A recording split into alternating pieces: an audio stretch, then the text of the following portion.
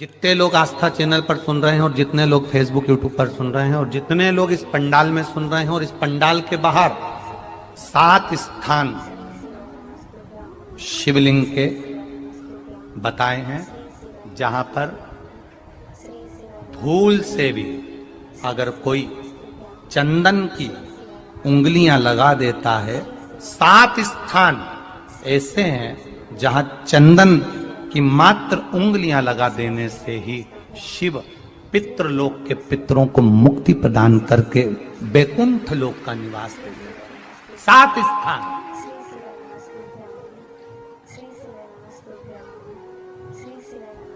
और वो 7 स्थान जो चंदन के बताए गए हैं, पहला भगवान देवाधिदेव महादेव के शिवलिंग पर चंदन का लेपन। समझ लेना जरा बहुत अच्छे से। आपको लगता है स्वप्न में कोई मुर्दे दिख रहे हैं या कोई जल रहा है या कोई मर रहा है या कोई चला गया है, ऐसा भय लगता है। बच्चों को मानी भेजूंगी ऐसा हो जाएगा, पति को मानी भेजूंगी ऐसा हो जाएगा, कोई हमारे कोई गलत तो नहीं कर रहा है, आपको लगता है। 7 स्थान चंदन के बताएं महाराज। पहला शिवलिंग, दूसरा जहां गणेश जी का स्थान है, मालूम है ना सबको? जम के बोलो जरा, मालूम है ना सबको? जहां गणेश जी का स्थान है वहां अलग से गणेश जी बैठे, वहां नहीं। शिवलिंग में जलाधारी के ठीक सामने राइट में गणेश, लेफ्ट में कार्तिकेय, बीच में अशोक सुंदरी। तो पहला चंदन बाबा के शिवलिंग पर, दूसरा गणेश जी पर चंदन की उंगली, तीसरा षडानंद कार्तिकेय पर चंदन की उंगली, चौथा अशोक सुंदरी पर चंदन की उंगली, पांचवा जलाधारी पर चंदन की उंगली, छठा जो शिवलिंग का जल बह रहा है इसके ठीक विपरीत की ओर चंदन की उंगली, और 7वां चंदन नंदी के मस्तक के ऊपर जो 2 सींग लगे रहते हैं उस पर चंदन की उंगली। ये कब लगाई जाती है? या तो अमावस्या के दिन। आपको लगता है कि हमारे पूर्वजों का उद्धार नहीं हुआ, हमारे पूर्वजों का कल्याण नहीं हुआ, कहीं अधोगति में कोई चला गया है, उसका बस एक बार, रोज नहीं जरूरत है, प्रतिदिन जरूरत ही नहीं, महीने में एक बार अगर अमावस्या के दिन भी आपने चंदन के थोड़ा सा चंदन अगर मेरे देवाधिदेव महादेव को 7 स्थान पर समर्पित किया है। अशोक यहाँ पर वर्णन कर रही है, मैना, धन्य और कला की कथा कह रही है। तीनों ने सनकादि ऋषियों से मांगा। चंदन भगवान को अति प्रिय होता है और चंदन ही एक ऐसा होता है जो पितरों को भी प्रिय होता है, जिसका स्पर्श मात्र लगने से पूर्वजों का कल्याण हो जाता है, वो चंदन है। तो आप लोग जो पशुपति व्रत कर रहे हो या कोई भी उपास करते हो, कई लोग कहते हैं हमने करा नहीं हुआ। क्यों नहीं हुआ? उसमें हमारी गलतियों को हमें छाट। ये देखिए,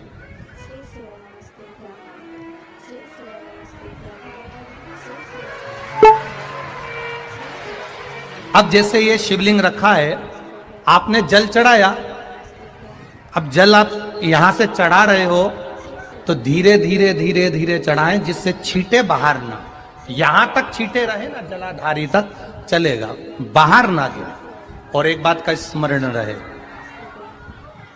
यदि बेलपत्री, फूल, पत्ती जल चढ़ाने के बाद ये सब अगर नीचे गिर जाए, जलाधारी पर गिर गया या नीचे उतर गया, तुम्हारा पूरा जल चढ़ जाए, तुम्हारे पास में चंदन नहीं है, अबीर नहीं है, गुलाल नहीं है, कुछ भी नहीं हो, तो भी अपने हाथ की 3 उंगलियों से रेखा 3 खींचकर और फिर जो माला आदिकादिक भगवान की रखी थी उसी से भगवान का वापिस पूरा श्रृंगार कर कर फिर वापिस आइए, भगवान को पूर्ण श्रृंगार।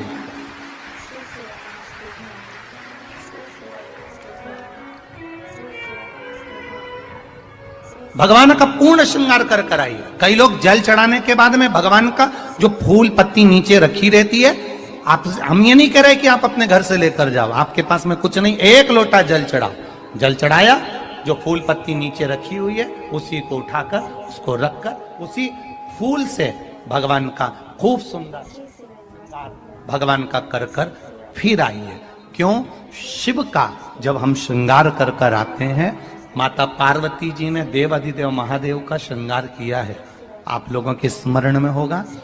राम जी ने माता जानकी का श्रृंगार किया है। रामचरित सुनिए कथा, रामायण सुनिए आप लोगों ने, रामायण सुनी होगी तो उसमें माता बैठी हैं शिला के ऊपर और भगवान राम उनका श्रृंगार कर रहे हैं। एक कौवा आता है, वो चोंच मार कर जाता है, ये सारा वृत्तांत आप लोगों ने श्रवण किया है। तो राम जी माता सीता का श्रृंगार करते हैं, भगवान कृष्ण राधा जी का श्रृंगार करते हैं। केवल एक देव अधिदेव महादेव की कथा ऐसी है जिसमें पार्वती जी शिव जी का श्रृंगार करती हैं। शिव का श्रृंगार किस लिए? क्यों? कहा जल चढ़ाने के बाद वहीं पर पड़ी हुई पत्ती से, फूल से, जो चढ़े हुए फूल हैं, चढ़ी हुई पत्ती है, चढ़ा हुआ निर्माल्य है, जो भी शिव जी का है, उसी को धोकर वापिस भगवान का श्रृंगार कर कर आना चाहिए। किस लिए? कि हे भोलेनाथ, जब मैं इस संसार सागर से जाऊं, अखंड सुहाग लेकर पूरी श्रृंगार कर कर इस धाम से जाऊं। ऐसी कृपा जो पढ़ाओ, जो पढ़ाओ, चंदन नहीं है, हाथ से चंदन का स्मरण होना चाहिए। लेकर आइए कि मेरा यह कार्य है बाबा और आपको करना है। लाखों के दुखड़े जो तू हर गया डमरू वाले, फिर मेरे दुखड़ों को देखकर क्यों डर गया डमरू वाले। और शिव महापुराण की यही सबसे बड़ी आनंदता कि आपको आग लगे बस्ती में और अपन रहो, अपने मस्त रहिए। जो ज्यादा गाली दे, ताना दे, अपशब्द बोले, जो तुमको ताने पर ताना दे, तुम और जोरदार खजूर वाली चोटी बना और ऐसा बक्कल लगाओ ऐसा वाला, और फिर निकलो, जहां बोलते रहे बोले। तो अपन तो अपनी भक्ति करो, शंकर के भजन में डूबे रहो, राम नाम कृष्ण नाम में डूबो, अपने क्या करना।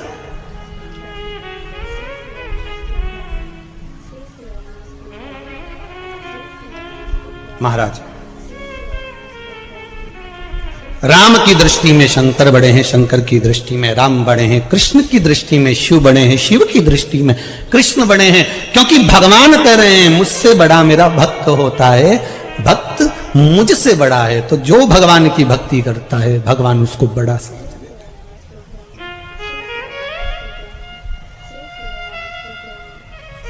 फिर वो कैसा भी भक्त हो। देवराज नाम का ब्राह्मण चोरी का धन लेकर शंकर जी के मंदिर में गया था। ब्राह्मण देवता कथा सुना रहे थे और एक क्षण की कथा उसके कानों में पड़ गई और वहां से वो चल दिया। अब जो ब्राह्मण देवता कथा सुना रहे थे उनको क्या मालूम था कि चोर है, वो तो भक्त समझ रहे थे।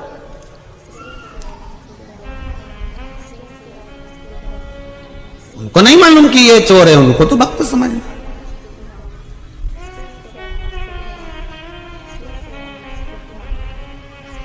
जैसे बेलपत्र के वृक्ष के नीचे चढ़ाया गया पानी हमारे पितरों को प्राप्त हो जाता है, शिव जी को चढ़ाया गया पानी 33 कोटि देवताओं को प्राप्त हो जाता है। उसी तरह भगवान देव अधिदेव महादेव को समर्पित करा गया एक बेलपत्र 3 लोक के हमारे संपूर्ण देवी देवता जो भी विराजमान है उन सबको प्राप्त हो जाता है। जल की बड़ी महत्वता है कि जल शिव जी को जब चढ़ाया जाता है, जल जब हम बेलपत्री के पेड़ के नीचे चढ़ाते हैं, पीपल के वृक्ष के नीचे जल चढ़ाते हैं, आंवले के वृक्ष के नीचे जल चढ़ाते हैं, तो उसकी कितनी कितनी महत्वता होती है, उसकी कितनी मूलता है। दुनिया के लोग भले ना समझे पर उसमें पहले का नियम है हमारा, पहले जो भोजन होता था, भोजन बनता था, उसमें आंवले की खटास डाली जाती थी। आज के जमाने में तो लोग टाटरी डाल दें, नींबू डाल दें, ये सब बात की बातें। आंवला इसलिए डालते थे क्योंकि हड्डियां मजबूत रहती थी। अब आज के समय में तो कहाँ लोग बस वो च्यवनप्राश मिल जाए आंवले का तो खा लेवे, पर नियम अगर माताएं बनाए कि आंवला नवमी पर आंवले के वृक्ष से आंवले लेकर आवे, आंवला नवमी के समय पर बहुत आंवले आते हैं तो उसके बाद में उसके पहले कभी भी ले आओ और आंवले इकट्ठे कर कर वही जब दाल सब्जी भाजी बनाओ उसमें पटक दो थोड़ा सा एक आध आंवला, तो उसका जो रस तत्व है शरीर की हड्डियों के लिए भी अच्छा। तो हमारे यहाँ बेलपत्री का वृक्ष, पीपल का वृक्ष, आंवले का वृक्ष, इन तीनों जगह पर जो जल चढ़ाया जाता है उसकी महत्वता भी हमारे यहाँ दर्शाई गई। प्रैक्टिकल करना, जब जिस दिन लगे कि व्यापार ठीक नहीं चल रहा, आज लगे कि आज पैसा चाहिए और आ नहीं रहा, आज तुम्हें 5,000 की 10,000 की 50,000 की 1 लाख 5 लाख की जरूरत है और कहीं से आवक नहीं है, भगवान कहीं ना कहीं से आ जाए ऐसी कृपा, तो कुंडकेश्वर महादेव का नाम लेकर एक पुष्प उसका अंतर रख दो, जिस जगह से तुम कमाते हो, जिस जगह पर, जिस गादी पर, जिस कुर्सी पर तुम बैठते हो उसके सम्मुख में उस पुष्प का मुख बाहर होना चाहिए, उसकी डंडी, उसका जो डंडी का भाग है वो हमारी ओर हमारा आकर्षण। जैसे भगवान को जो फूल देते हैं आपको मालूम होगा ना, भगवान को जो पुष्प देते हैं तो पुष्प का मुख कहां रखते हैं, भगवान की ओर, ठीक है। मतलब जैसे भगवान गोपाल जी बैठे हुए हैं तो भगवान को अगर आप पुष्प दोगे तो फूल का मुख किधर रखोगे, भगवान की ओर, डंडी का मुख किधर रखोगे, अपनी ओर। उसी तरह जब अपने कार्य की सिद्धता के लिए अपन कोई कार्य कर रहे हैं, किसी को देना है हमको, तो ये पुष्प का मुख बाहर की ओर रखना, हमको जब काउंटर पर रखे तो सम्मुख रखे कि इससे हमें कुछ प्राप्त हो।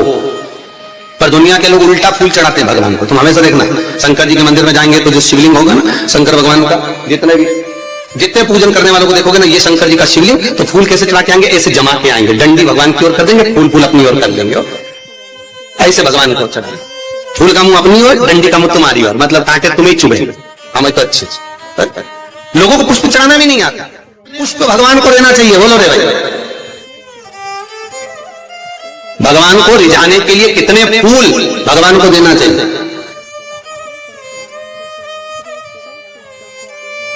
बोलो तो,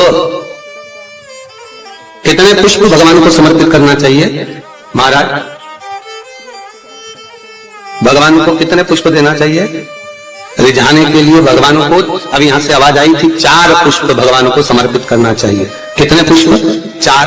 बचपन, जवानी, अधेड़ी और बुढ़ापा, 4 अवस्था संवारने के लिए भगवान को 4 पुष्प दिए जाते हैं। पुष्प देते समय जिस दिन तुम भगवान को पुष्प दे रहे हो उस दिन हमें कुछ भी नहीं कहना, हमारी तरफ से ये पुष्प भगवान से कहे।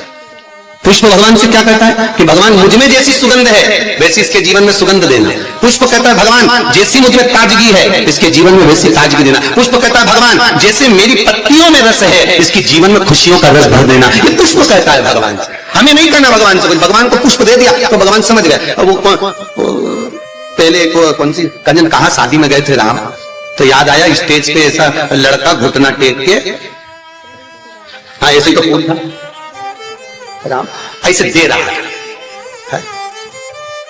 तो हमने पूछ लिया भैया ये हमारे यहाँ तो ब्याह में जब भावर होती है उसके पहले जयमाला कराते हैं, माला पिना देते हैं, तो ये फूल का चक्कर तो हमको समझ में नहीं आया। तो हमने पूछा ये फूल काय को दिया है? तो कहा गुरु जी समर्पण के लिए दिया। हमने कहा बहुत बढ़िया। तो हमने कहा गोभी का दे देता तो सब्जी तो बन जाता। हम समर्पण के देव मना नहीं है, पर हमारे यहाँ ऐसा विधान नहीं है फूल वगैरह देने का।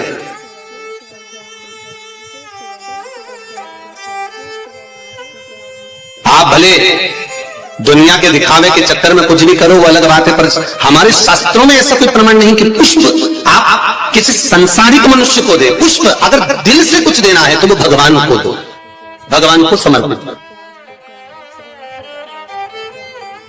हाँ कोई गुरु है, सतगुरु है, हम तो उनके लिए भी कहेंगे अगर कोई गुरुजन आया तो उसको पुष्प देने की जगह पत्तियां निकालकर उसके चरणों में बिछा दीजिए महाराज, गुरु के चरणार। जैसे शबरी अम्बा, आप ही की यहाँ की शबरी अम्बा रोज सेज बिछाती थी, बुआरी काटती, लगाती, भगवान के लिए सेज बिछा कर रखती। भगवान आएंगे इंतजार करती, बाट जोती आएंगे और भगवान आए, भगवान प्राप्त हुए। और जब शबरी अम्बा के दरवाजे पर जैसे भगवान के लिए पुष्प बिखेर देती है, आप भी गुरुजन के लिए, परमात्मा के सुख के लिए। आप ये नहीं कि भगवान को बहुत कुछ दो, भगवान को अगर 4 पुष्प भी दे रहे हो तो बहुत है, और पुष्प भी नहीं तो एक पंखड़ी भी आप भगवान को दे रहे हो तो भी चलेगा। तो यहाँ तो शिव महापुराण में तो ये भी नहीं लिखा कि पंखड़ी भी दो, शिव महापुराण तो कहती है अपना दिल दो भगवान। क्या दो? अपना मन, अपना हृदय भगवान को दे दो। भगवान को संपदा नहीं, धन नहीं, दौलत नहीं, सत्ता नहीं, तुम्हारा वैभव नहीं, कुछ भी नहीं चाहिए। जो तुम पैसा चढ़ा रहे हो वो भी भगवान को नहीं चाहिए, जो तुम वस्त्र चढ़ा रहे हो वो भी भगवान को नहीं चाहिए, जो तुम आभूषण चढ़ा रहे हो वो भी भगवान को नहीं। भगवान तो करें हृदय दे मुझको, निर्मल मन सो मोहि पावा, आपका चित्त मुझे दे, और वो भी अच्छा देना। देखो हृदय भी देना तो अच्छा देना है, और भगवान को वो दो जो भगवान के पास में नहीं है। हम भगवान को वो देते हैं जो भगवान के पास में। लिया जरा वो फूल ले जाओ, भगवान को गेंदा का फूल चढ़ा दो, माला चढ़ा दो, ये चढ़ा दो। तो भगवान को, भगवान से भी तो पूछो तुम्हें अच्छा क्या लगता है, बताओ हम तुमने तुम्हारे लिए वो लेकर आएंगे। कभी भगवान से कहो जाके, अरे भाई तुम्हारे पास में अगर लाल कलर की साड़ी है और कोई तुम्हें लाल कलर की साड़ी दे दे तो तुम तैयार करोगी क्या? अरे बोलो तो, तुम्हारे पास तो पहले से अलमारी में 25-30 साड़ियां लाल कलर की रखी है, कोई पीली दे दे तो तुम तैयार नहीं करोगे। हाँ, ऐसा कोई कलर हो जो कलर तुम्हारे पास में नहीं है और किसी ने दिया तो तुमने उसमें तुरंत फाल पीको सब लगवा लोगों के तैयारी करके वो तुरंत रख दिया। बोलो रखोगी कि रखोगी? और मालूम पड़े किसी ने लाल साड़ी दे दी, पीली दे दी, नीली दे दी, जो तुम्हारे पास में पहले से थी और अच्छी साड़ी थी तो तुमने बहू को दे दी। बोलो दी कि नहीं दी? तुम्हारे तो काम आ नहीं रही तो तुमने बहू को दे दी, और अच्छी थी तो बेटी को दे दी। थोड़ी भी साड़ी अगर गड़बड़ थी तो भागवत जी पे चढ़ा देना, ठीक है? तो भागवत पे चढ़ा होता है। कोई ने पूछा था कि गुरुजी ये दुनिया के लोग आरती में खोटा सिक्का क्यों चढ़ाते हैं? मंदिर में लोग खोटा सिक्का क्यों चढ़ाते? फटा हुआ नोट, खोटा सिक्का मंदिर में चढ़ाएंगे, धर्म की जगह पर चढ़ाएंगे, अच्छी जगह पर कहीं नहीं देंगे। पर तो हमने कहा भाई सीधी सीधी बात है, जो दुनिया में कहीं नहीं चलता वो इसी के पास चलता। निभाता यही है जिसको सब ठुकरा दे, जिसको सब निकाल दे, जो कहीं ना चले वो महादेव के चरणों में चले। एक बार शंकर के पास पहुंच जा, खोटे सिक्के को भी चपटी भभूत में है खजाना कुबेर का। बताओ वो शमशान की भभूत कहीं चले? अरे बोलो तो कहीं नहीं चले। अगर कोई मुर्दा जलाने जाए तो घर आके नहाए, तो पत्नी करे बाहर बाल्टी रखिए नहा लो जा। और अगर ऐसे ही घुस जाए घर में फिर देखो तुम्हें तो अक्ल ही नहीं है, मुर्दा जला के आए हो, पूरी अक्ल वहीं पे छोड़ी आए के शमशान में। बाहर जाओ नहाओ, कपड़े भी वहीं छोड़ दो, वहीं गीले करो, जिस गाड़ी पर आए गाड़ी पर भी पानी डलवा, चप्पल भी गीली करो, मोबाइल